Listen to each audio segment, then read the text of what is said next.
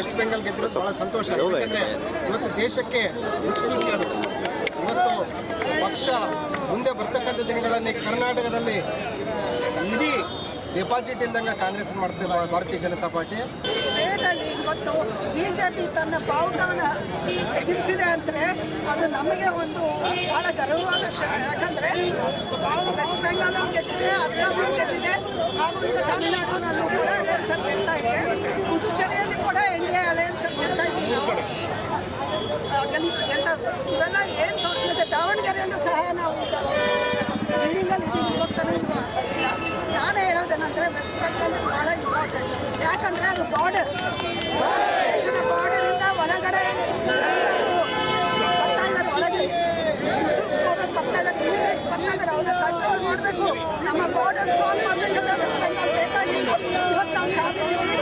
ಇನ್ನು ಮುಂದೆ ನಮ್ಮ ಭಾರತ ದೇಶ ಭಾಳ ಸುರಕ್ಷಿತವಾಗಿದೆ. ಕೇಸರಿಮಯ ಭಾರತ ಅಂತ ಹೇಳ್ತಾ ಧನ್ಯವಾದ.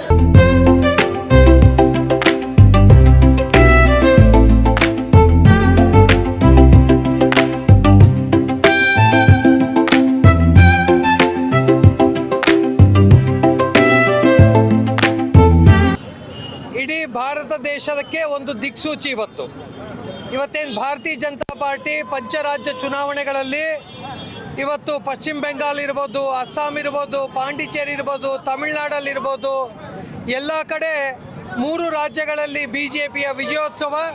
ಇನ್ನು ಉಳಿದ ಕಡೆ ಕರ್ನಾಟಕದಲ್ಲಿ ಬೈ ಎಲೆಕ್ಷನ್ ಚುನಾವಣೆಯಲ್ಲೂ ಸೇರಿದಂತೆ ವೋಟರ್ಸು ಮತದಾರರು ಒಟ್ಟಿಗೆ ಪರ್ಸೆಂಟೇಜ್ ಕೂಡ ಇವತ್ತು ಜಾಸ್ತಿ ಆಗಿದೆ. ಹಾಗಾಗಿ ಈ ವಿಜಯೋತ್ಸವವನ್ನು ಬಳ್ಳಾರಿಯಲ್ಲಿ ನಾವೆಲ್ಲರೂ ಮಾಡ್ತಾ ಇದ್ದೀವಿ. ಪಶ್ಚಿಮ ಬೆಂಗಾಲದಲ್ಲಿ ಏನು ದುರಾಡಳಿತ ಇತ್ತು, ದುರಾಚಾರ ಇತ್ತು, ಜನ ಇವತ್ತು ಅಂತ್ಯ ಆಡಿದ್ದಾರೆ. BJP ಜೊತೆಗೆ ಭಾರತೀಯರು ಎಲ್ಲರೂ ಕೂಡ ಒಗ್ಗಟ್ಟಾಗಿದ್ದಾರೆ. ಇವತ್ತಿನ ಈ ಜಯ ಏನಾದರೂ ಇದ್ದರೆ ಇದು ಭಾರತೀಯ ಜನತಾ ಪಾರ್ಟಿಯ ಕಾರ್ಯಕರ್ತರಿಗೆ ಸಲ್ಲುತ್ತೆ. ಹಾಗಾಗಿ ಎಲ್ಲ ಕಾರ್ಯಕರ್ತರಿಗೆ ನಾನು ಅಭಿನಂದನೆಗಳನ್ನು ಸಲ್ಲಿಸ್ತೇನೆ. ವಿಶೇಷವಾಗಿ ಇದರ ಪರಿಣಾಮ ಕರ್ನಾಟಕದ ಮೇಲೆ ಮತ್ತು ಬಳ್ಳಾರಿ ಜಿಲ್ಲೆಯ ಮೇಲೆ ಇದು ಒಂದು ದಿಕ್ಸೂಚಿ ಅಂತೇಳಿ ಎಲ್ರಿಗೂ ನಾವು ಹೇಳೋದಕ್ಕೆ ಇಚ್ಛೆ ಪಡ್ತೇವೆ.